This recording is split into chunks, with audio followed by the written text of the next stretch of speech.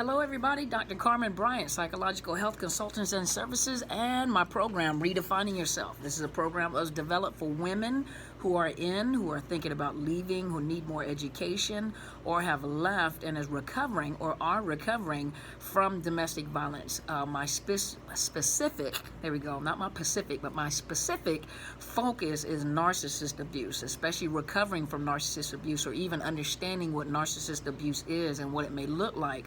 Many of you have contacted me. Thank you so much for your support. Thank you for the emails and the inboxes, and the comments.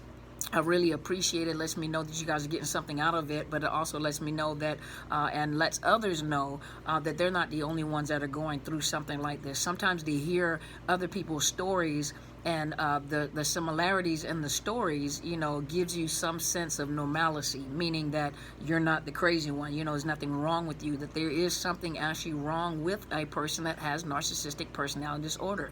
Hopefully you've been watching my videos where I give an explanation of what narcissistic personality disorder is, or NPD, and some of the symptomologies, the behaviors, those narcissists that also have psychopathic and sociopathic tendencies, or actually have the diagnosis as well. So for those that have asked, yes, it is possible to have more than one personality disorder. Narcissistic personality disorder, which now is called anti-personality disorder, but psychopathic or sociopath personality disorder. So now the new term is is it antisocial personality disorder? I think that's what it is.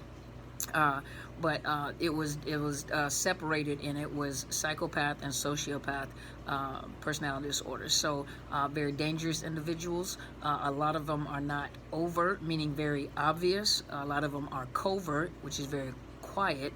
When I say quiet, meaning that the families or those loved ones that are close to them receive the majority of the abuse. So hopefully you've been following. I just wanted to step in really quick. I do have a busy schedule, but as promised, I just wanted to come in and talk about a topic called word salad.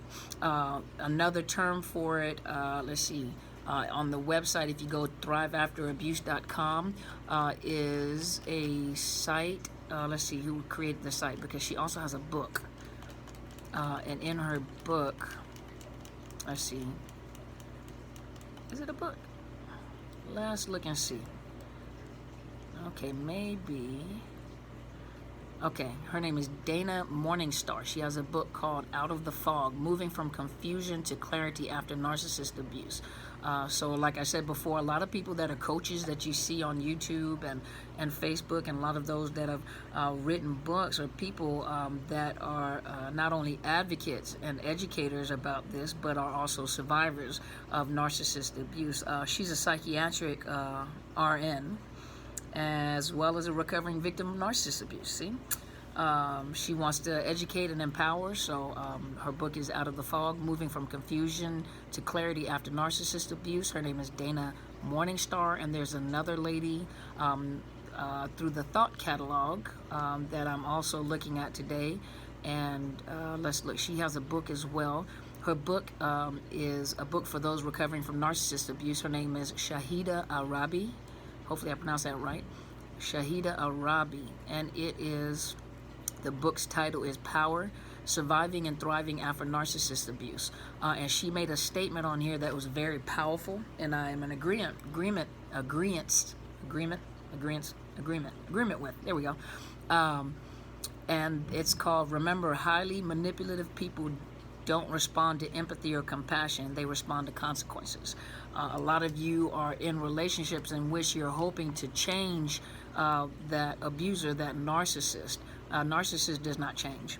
I have not read any studies, nor have I read any books by any narcissist about how they recovered from NPD. I've never heard of it, and when I do, I'll make sure that I provide that to you.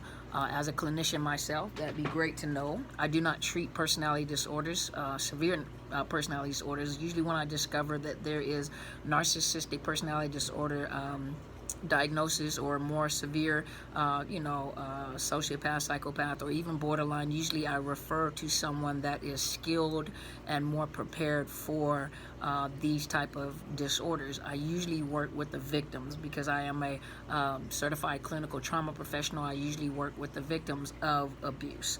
And so as I learned when I went to the certification course for batterers, as many of you know, that a batterer has probably been battered. Batterers usually have been battered, and those that have been sexually violated have also, those that sexually violate or those that are predators have also been preyed on. Abusers, not all abusers abuse, but abusers have been abused. And so even in the class, a lot of these abusers and those that really have committed some horrific crimes, have had horrific crimes committed to them.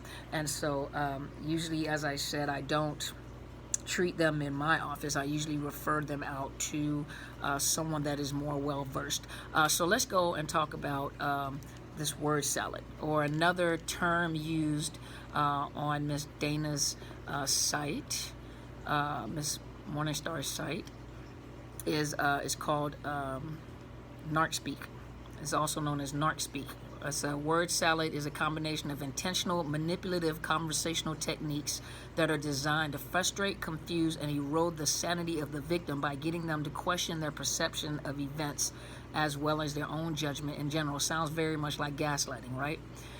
Word salad is another term that's used for people that have been diagnosed with like schizophrenia, dementia. There's another term, logaria, a communication disorder of the brain, schizophasia, receptive aphasia, or certain types of brain injuries where, they're putting, I've had people email me, you could tell that they've had problems in their mental health because the conversation is almost like wordplay. There's just a bunch of words put together to try to create a sentence. Well, for a narcissist, excuse me, it's allergies, and then the heat just turned on, so I'm like itchy, so I apologize. But at the same time, so let's see here. Let's talk about narc speak. One of the biggest things in like getting into an argument or a disagreement with a narcissist, you have to remember that a narcissist is never wrong. In their mind, they're never wrong. There's nothing wrong with their behavior. There's something wrong with everybody's behavior, and they're always right. So if you're presenting information, even if it's true facts that you're presenting to the narcissist, they'll always try to divert it into another direction. Whether or not, usually a lot of people come out of these arguments or disagreements, or even if it's a rational conversation, they usually come out wondering, why did I get into this conversation in the first place, or what just happened here, because the conversation turns back on themselves. They patronize you, they condescend you, especially if you pointed out something that will cause a narcissistic injury to them. So let's see, a lot of their conversations, and here they're like 12 common techniques. I'll go through them and add my piece, of course. Conversations that are generally repetitive and never end with a resolution. So you may confront the behavior, which, you're not confronting the person or trying to tear the person down, but to confront the behavior and present the behavior as unacceptable. What happens is they'll deny the behavior, or they'll turn that conversation around on you.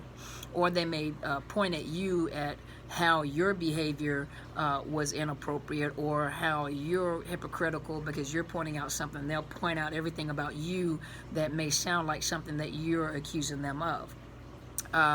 Let's see, a lot of times when you get into these arguments and conversations with the narcissist, they'll totally exhaust. Being in a relationship with a narcissist, having a conversation with a narcissist, or even arguing with a narcissist will leave you completely like emotionally and physically exhausted. Even in conversation, they know that they're trying to outthink you. That's what they're trying to do. They're outthinking you, and you're not going to ever prove to them that they're wrong. Let's see. Circular conversations about the same topic.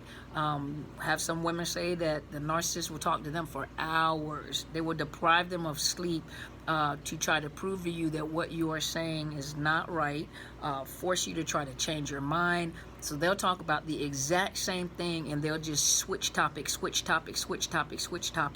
And if you're still not changing your mind, by the time you're done having a conversation with them, you started off with the apple tree, you're probably talking about a football field. And so you're almost completely confused. You're frustrated because they never stayed on topic in the first place. They're trying to make you feel like you're crazy. You are crazy. Let's see. They don't ever see their behavior as a problem. So there's no reason why to bring that up to them. Let's see.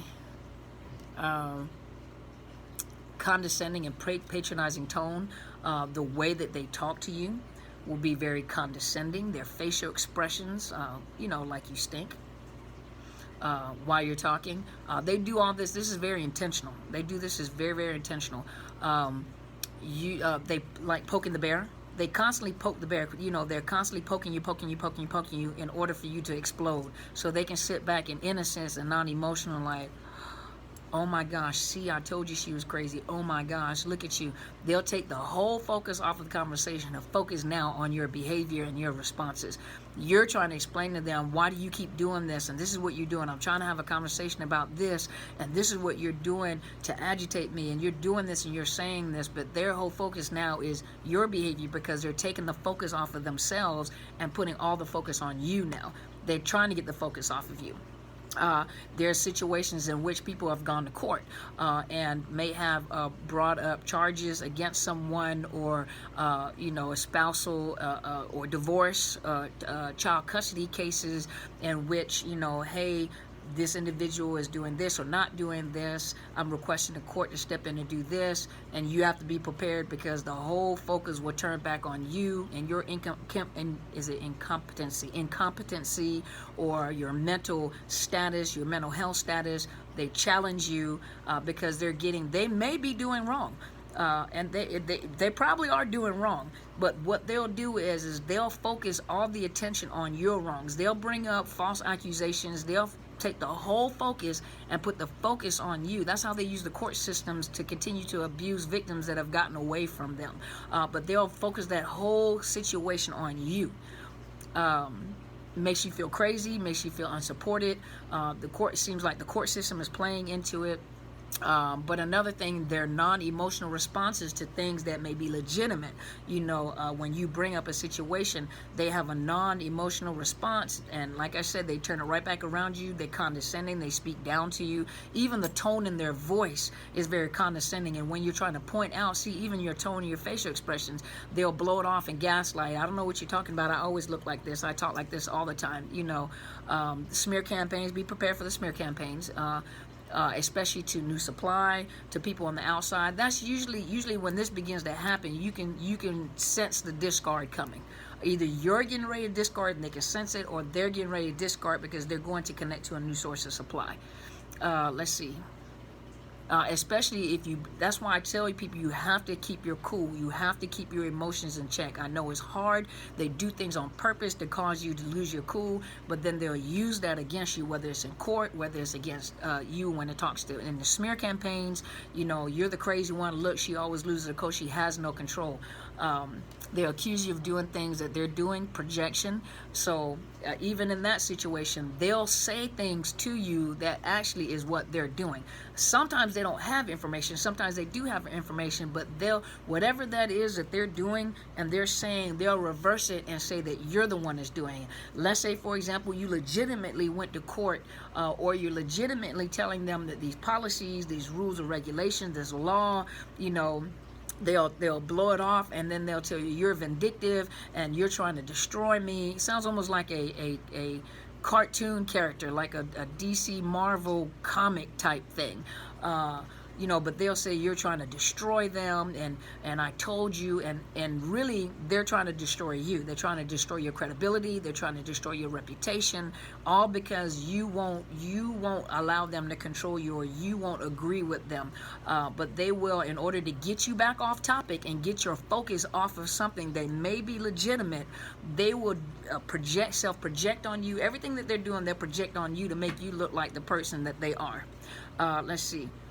they wear different masks. So when they start losing their control, when they know that they're losing control of the situation, and there may be facts stacked up against them, or even in a private conversation or argument or disagreement with the narcissist, they'll go through a whole range of emotions. It's almost like dealing with a person with multiple personalities, or what we call dissociative disorder.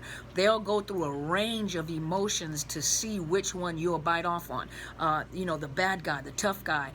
Then they may, I love you and I can't believe you're treating me. And then they play the victim, and then you know, the pity and the woe is me and the big puppy dog eyes. And they'll go through all these ranges of emotions to see where they can connect with you again, or where you'll fall and attach, where they can get. They're baiting you. It's almost like bait and hook. They're baiting you.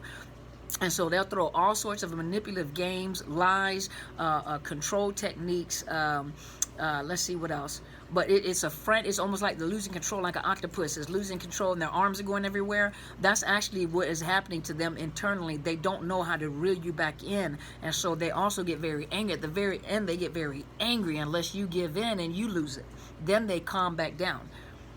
They're the eternal victim. So no matter what it is you do, even if it's legitimate, even if it means, let's say that you've just been through battering, they may have physically assaulted you, and you call the police. All of a sudden, they're you know, when the police arrives, they're a war veteran and hero, and mentally, I've got PTSD, or I can't believe that you would do this to me, and you're ruining my reputation, and I'm gonna lose my job all because of you. But you notice that they don't focus on what it was that you called the police on in the first place. They don't focus on their behaviors. They don't take accountability for their behaviors, but they're eternally a victim. And they you know, the cheating. Well, if you were taking care of home, I wouldn't have had to cheat. She understands me. You don't. Maybe if you do your part at home, or if he does his part at home. And this is for males and females. Or they may say, you know, well, the reason why I just can't get my you know, my infidelity in control, or if I can't, because you know, I'm abusive, I know I have a problem because I was battered as a child, I was molested as a kid, or you know, they'll use anything. They are always a victim, and if you get caught, they know that you're empathetic, and because you're empathetic, you'll feel sorry for them. There's something that they're throwing out that you'll grasp, or you'll grab a hold to, and they can see you mellow out and feel sorry for them. That's what they're looking for. They're looking for that look in your face. They're looking for, what did she just bite off of, or what did he just bite off of? And remember, they're compulsive liars. Compulsive liars. They lie all the time. They lie to say they're liars. They're liars. If you have ever been with a narcissist, those of you that are just studying about narcissism is one thing. If you've ever been with a narcissist, you know that they are compulsive, repetitive liars. Their whole life is a lie. Their whole world is a lie. Remember, they're living a life of an illusion. Everything about them is a lie. When you met them, it was a lie. It was a representative until you saw the true self. Let's see. They'll allow you, you know, once you started feeling sorry for them, they will allow you to waste your breath and your time to explain to them why flirting is inappropriate, why posting these type of pictures or saying these things are inappropriate, and why it's not right to have infidelity, or what about the children. They'll let you go through. They don't care. They'll let you go through all that because they're pulling you back in. They're sucking you back in. They're hoovering you back into the control that they need over you. But they keep doing the exact same thing over and over again. Hey, you know, can you turn off the lights? The light bill is high, and it's, you know, oh, you know, yeah, you know, and this is the electricity. But you're telling this person that every month when you're paying a high bill that they're not helping you pay, or they may have something negative to say. But you notice that they could care less about what you say or what you explain to them. They just let you waste your breath and your time so that you can get even more frustrated when they do it again, because they plan on doing it again. The apology is never a real apology. It's never an apology of, I'm sorry I did this, let me correct it so I don't hurt you again. It's always an apology to shut you up in order to figure out how to do this without getting caught this time. So they always have an excuse for their behavior. You know, let's see, ridiculous excuses. Their words never match their actions, and it's even more enraging. So let's see. Narcissists will offer their victim different versions of what happened, as well as excuses as why it happened, until the victim either accepts one of the versions or they become so exhausted with the whole conversation they give up the whole conversation. They do it all the time. They don't stay with the same story over and over again, and then they can't remember what they said, because remember, they're lying to a lot of people. So you remember something, you may bring it up to them, but then they scream and yell and tell you you're crazy, I never said that. See, that gaslighting, you're crazy, I never said that before, and you're thinking like, yes you did, yes you did.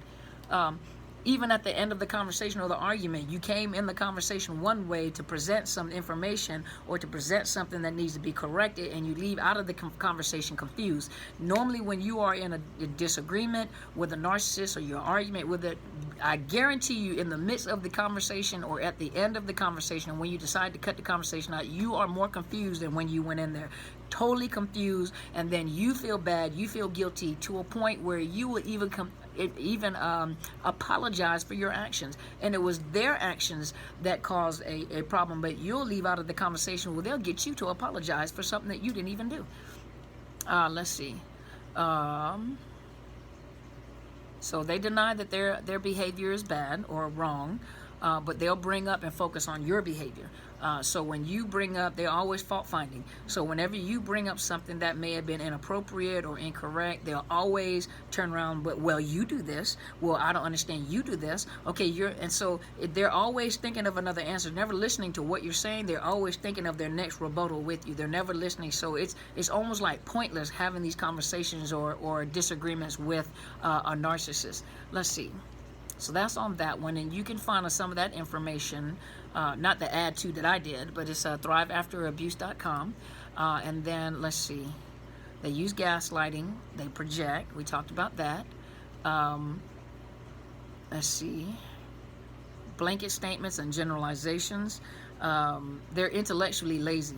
And so rather than taking time to carefully consider a different perspective, they generalize anything and everything you say, making a blanket statement that don't acknowledge the nuisance in your argument or take into account the multiple perspectives you've paid homage to. It's just a waste of your time, and they allow you to do that. Just waste your time and waste your breath, because the more you talk, the more energy you're feeding them and the more fuel you're giving them, and the more they're able to locate you to see whether they still have control or whether you're getting back under their control. Everything is a matter of control. Remember that. They deliberately misrepresent your thoughts and feelings to a point of absurdity. So you'll present something to them. They'll take your words and they'll twist your words around to make it something that you didn't even say. You give them something, so you know what? I don't think that was a good idea for you to do that. You know, I think that was very inappropriate. Oh, so you're calling me stupid now? Oh, so I'm stupid. You know, so that's how you've been thinking all along. I knew it. That's your behavior, and it shows in your behavior. And that's why back in 1853, when you did this, it proved that you had no respect for me in the first place, and that you thought I was, and that's what you've been telling people. But do you see how that small conversation turned into something that was almost absurd? Let's see. They nitpick. Let's see what else. They change the subject to evade accountability. So you bring up something, and they're always in that "what about me" syndrome, and you can find this on thoughtcatalog.com. This is Miss Shahida Arabi. But they change the subject to evade accountability. So it's always about what about me? What about me? It's not focusing on maybe the person that you've hurt or the person that you have offended or something that was inappropriate. They always turn it back around, but what about me? So you're so focused on this right here, but what about me? Let's see. Covert and overt threats. Overt threats meaning that they'll threaten to do something, some harm, take away money. They threaten to do something. Thank you so much. I appreciate you. It's my mailman. But you have a great day. It's my mailman. But they will do like overt threats. They'll threaten maybe to take money, to take the kids. You know, this is all to get you back into compliance. This is to get you back into control. Covert narcissists may do things like under their breath. They'll do things like, you know, so what are you going to do now? Because you know you're not going to be able to survive. And for those that have been in those situations, that could also mean that, you know, I have all the money, I'm paying all the bills, and if you don't agree with me, I'll take all the bills away. Some people say, well, you're reading too far into it, you're just a little too sensitive. No, if you've been in a narcissistic abusive relationship, or you're in one right now, don't ever let someone explain away how you feel and think. You know what it's like to be with that narcissist, and you know the covert and the silent threats that they make. They'll say things to you, though, that can be taken, and they'll make it seem like it's misconstrued by you. They'll say little things that, when questioned about it, like, that is not what I meant. See, that's why she's so confused. That's why he's so confused, because that is not what I meant. They're always blowing things out of proportion. But they do that on purpose. They do that on purpose so that when you confront them about it, they can blow it off as if it was no big deal and make you look like the crazy one.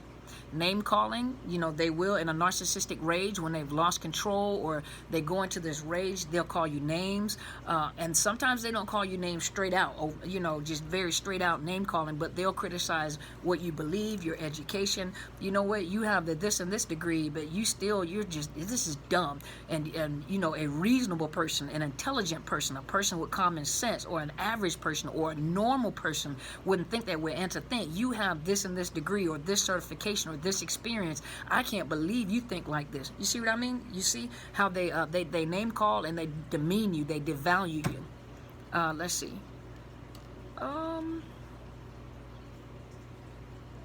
Smear campaigns and stalking. One of the viewers said that after 3 years, I think the person is still stalking you.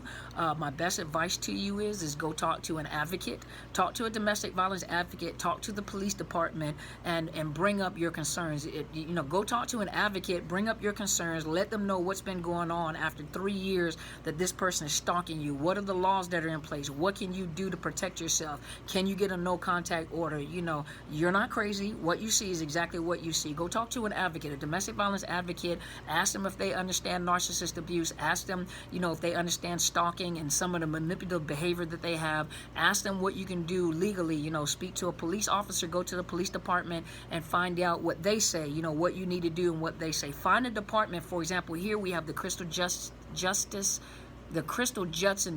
Family Justice Center. And they deal with a lot of domestic violence cases. You can also ask them. They have a lot of information. If you are in the Pierce County, if you're in the Washington State, Pierce County, King County area, but they have a plethora of information. They understand these type of cases, and talk to them to find out what are some things that you can implement to safeguard yourself and your family. That even means if you have to get a no contact order, if you have to get a I think it's no contact, or there's another one. But talk to them. They are the experts in this field. Ask the questions. Let's see. So I think I finished. Remember, they also triangulate. So when they can't have their way with you, they're going to try to bring other people into this triangle to make you feel bad, especially if they have flying monkeys, which they do, flying monkeys and other followers and people that are their BFFs and people that are close to them that they have already manipulated and have gotten on their side. These are the people that are on your side. Remember, we talked about it last time. It's best to get your own friends, unless the friends are unbiased and they know how this person is, and they're just kind of, but they're not but most of the time they have already been influenced by the narcissist and have been told by the narcissist lies about you. They have projected their behavior onto you to make you look like the bad person, the crazy person, the stalker. A lot of things, and it's really, some of it is absurd. But flying monkeys are there for the narcissist. This is what they have worked on. These are the people that worship the ground they walk on. Best friends. If they need money, they'll throw money out to them to maintain their loyalty. But a lot of them know how they are too, but they're loyal. So I think I've gotten through. They will boundary test. They will push your boundaries. So it doesn't matter if you have boundaries, if there are laws, if there's protocol, if there's they make excuses. Well, the law is written like this, or the rules are written like this, because people kind of frown at that, but but it's still my choice in the matter. So they kind of downplay everything. Let's see. They may use the aggressive jabs disguised as jokes. So some of the jokes are very serious, has very serious behind it, and they know your vulnerabilities. They know your what's the word I'm looking for? They know your vulnerabilities. They know your weaknesses because you've already told it. They remember when they have love bombed you and got you to tell them all your personal information to figure out how to control you. They know your weaknesses, they know your vulnerabilities, they know your heartaches, and so they'll say things to purposely take a jab out of your pain, to attack your pain and your hurt. Shaming, they will shame. And let's see, what does she say here? I think this is the one that I was looking for. So malignant narcissists, sociopaths, and psychopaths enjoy using your own wounds against you. So they will even shame you about any abuse or injustice you've suffered in your lifetime as a way to re-traumatize you. Were you a childhood abuse survivor, a malignant narcissist and sociopath will claim that you must have done something to deserve it, or brag about their own happy childhood as a way to make you feel deficient and unworthy. What better way to injure you, after all, than to pick an original wound? See, there you go. They're very facetious, vindictive individuals, and they'll take that because that is their nature. That's how they are, and they take that and they project it on you in front of people that know them, their flying monkeys, their friends and families. That's what they do. So hopefully this has helped you today. Thank you guys so much for tuning in. Go and subscribe to my YouTube channel. It's Dr. Carmen Bryant with a T, Overcoming Narcissist Abuse. And I also have a professional Facebook page, which is Psychological Health Consultants and Services. Please, subscribe to the YouTube channel. Hit the bell so that whenever I post new videos, you will be alerted. Please share. This may not pertain to you, and I respect that. Some of you guys, it may pertain to you, just don't want anybody to know. So you don't have to let people know that you're watching the videos. You are always welcome to watch and share with people, talk to people. If you know someone that could be in this situation, or, when they tell you their story, it sounds very similar to some of the things that I talk about, share the video and give them more information. You never know who's living in shame or embarrassment and doesn't know how to come out of the situation. You need to provide them with resources. I have begun to give out the domestic violence hotline. Let me give you the National Domestic Violence Hotline. Let me find it. Okay, so let's see, Domestic Violence Hotline. Let's find that. I'm trying to type around my books. I have my camera sitting on books.